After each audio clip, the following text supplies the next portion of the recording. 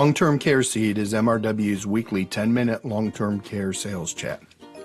We want to give you a seed you can plant with a prospect that will grow into a revenue-generating long-term care planning opportunity. Hello, my name is Tom Vasallo, and thank you for participating in this episode of Long-Term Care Seed. In this episode of Long-Term Care Seed, we're going to discuss who pays for long-term care in this country. It becomes extremely important because the misconceptions that people have is preventing them from developing a proactive plan. In fact, 45% of people over age 65 believe Medicare pays for long-term care, while 49% of people over age 40 believes Medicare pays for long-term care, and a whopping 56% of baby boomers believe Medicare pays for long-term care. To help dispel some of these myths, we've developed this one-pager on who pays for long-term care. This is something that can be branded with your contact information.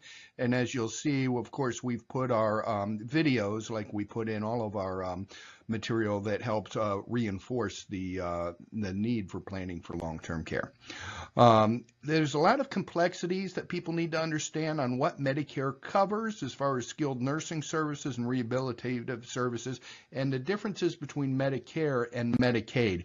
And this is what this form is really here to help communicate to your client. When we look at who pays for long-term care in this country, there are actually other private charitable type organizations such as Meals on Wheels, religious organizations that cover $32.9 billion of the costs when it comes to long-term care. Private insurance is just $37.3 billion of the cost of long-term care. And unfortunately, individuals pay out of pocket a total of $63 billion in costs each year for long-term care. Other public sources, such as the Veterans Administration, pay $28.1 billion. And then we do jump into Medicare and what Medicare pays.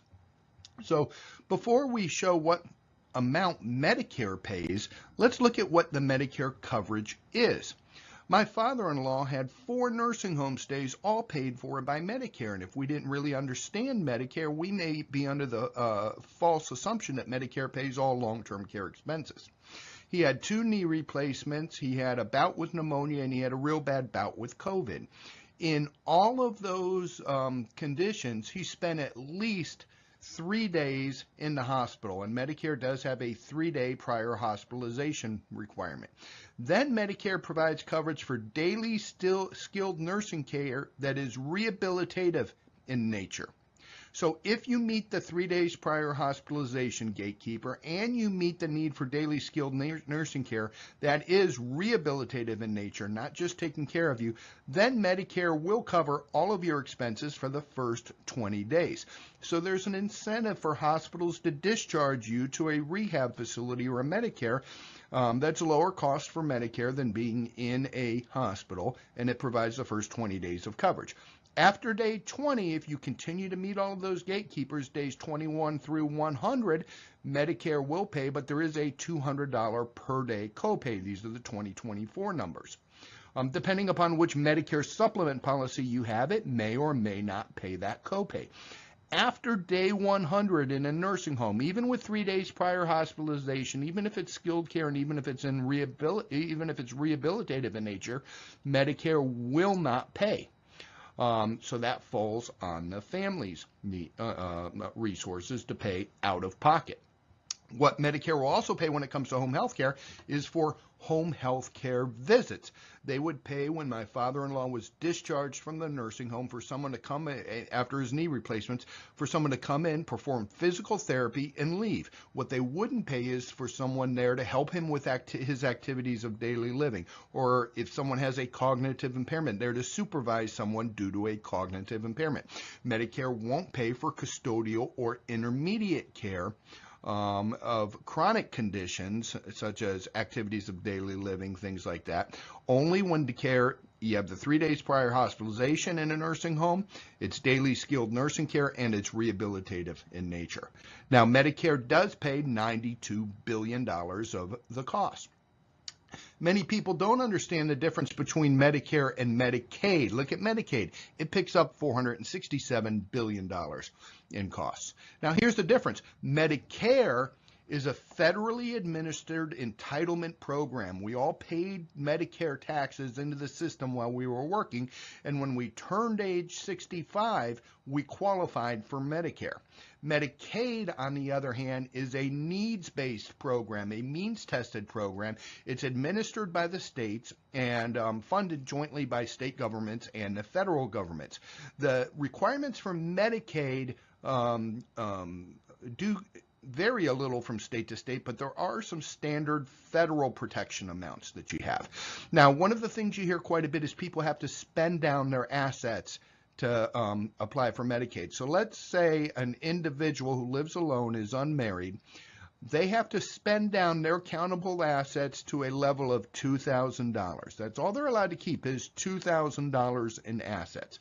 Since they're unmarried, there is no monthly minimum needs allowance. Their income that they're receiving, Social Security and any pension plans, will go to the nursing home. They're allowed to keep $30 a month in what they call a personal needs allowance.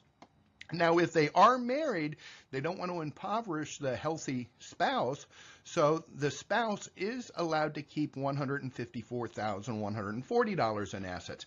Now, it does not matter how assets are titled, if it's in the husband's name or the wife's name. It doesn't matter how assets are titled. They look at all assets jointly.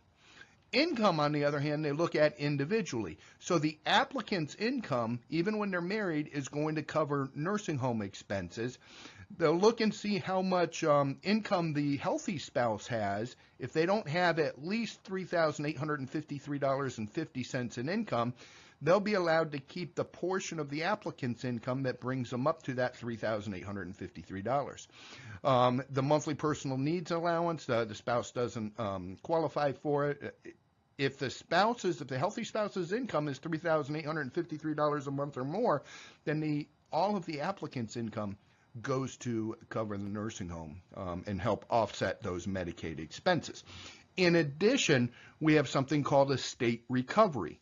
So if if Medicaid does pay for the applicant and the healthy spouse keeps that $154,000 of countable assets, upon the spouse's passing, the state will then go after those $154,000 through probate proceedings to at least recover, the cost that the state paid. Now, if the state only paid out $54,000, that's all that they would collect of the $154,000. There are some non-countable assets, such as your home.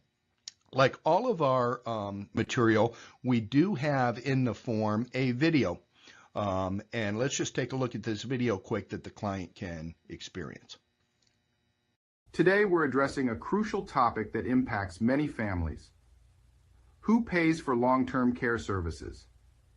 Understanding how these services are funded is essential, especially given the rising demand for long-term care.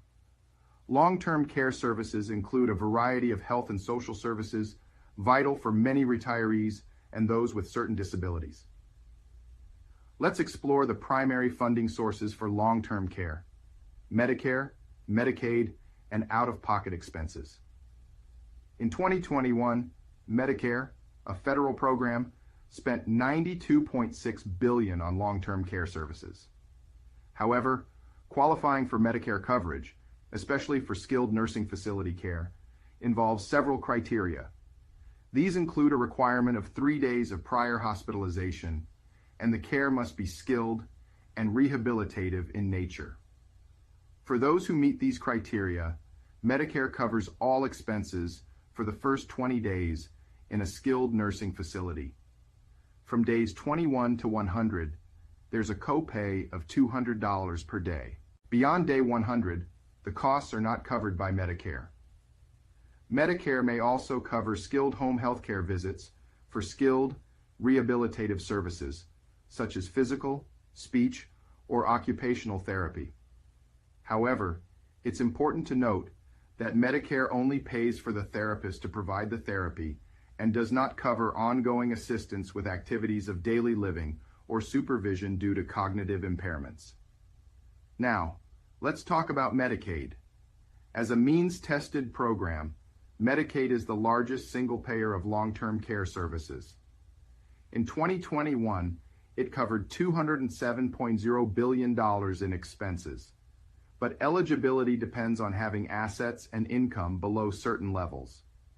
As an individual, you are only allowed to have $2,000 in countable assets. Many people would prefer to avoid spending down their entire retirement nest egg on long-term care, especially if they have a healthy spouse that still wants to maintain a retirement lifestyle.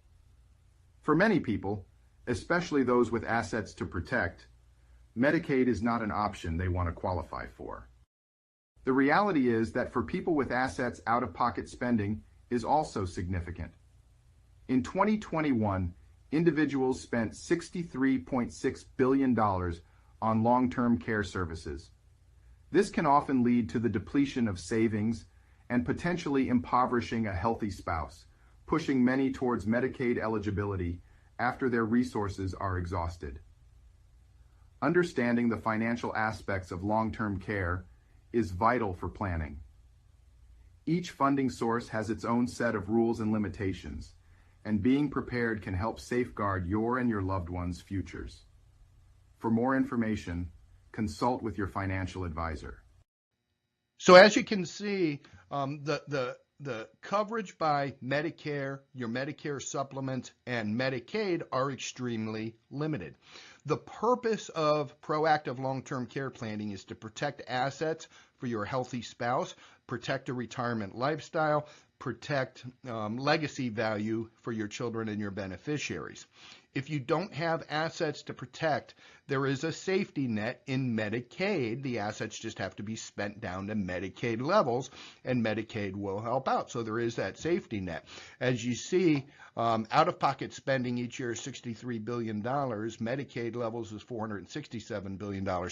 So unfortunately, they are very efficient at spending down. Medicaid makes you very efficient to spend down to Medicaid levels. Now, Medicaid is not going to seize your client's assets. What they're going to simply do is deny your benefits until you spend down to those levels. So in the state of Florida here, certain assets are protected from creditors, such as qualified pension plans, IRAs, cash value and life insurance, things like that. Medicaid does have some non-countable assets, and if you'd like to review those, please feel free to give me a call. But those assets that are typically protected from creditors, such as your pension plans, your IRAs, are not protected from Medicaid spend down. And all assets are looked at jointly. That creates quite a planning opportunity in second marriages, because many times second marriages are very careful at keeping assets separate, making sure the adult children from their first marriage inherit those assets. They may even have prenuptial agreements, but those prenuptial agreements and keeping those assets titled in their individual names will not protect your children's inheritance from the first marriage being spent down on your new spouse's care. So a lot of times long-term care planning can coincide with second marriages. Once again, my name is Tom Vasallo with MRW Financial Brokerage. Thank you for participating in this episode of Long-Term Care Seed, and I look forward to working with you. Have a great day. Long-Term Care Seed is MRW's weekly 10-minute long-term care sales chat. We want to give you a seed you can plant with a prospect that will grow into a revenue-generating long-term care planning opportunity.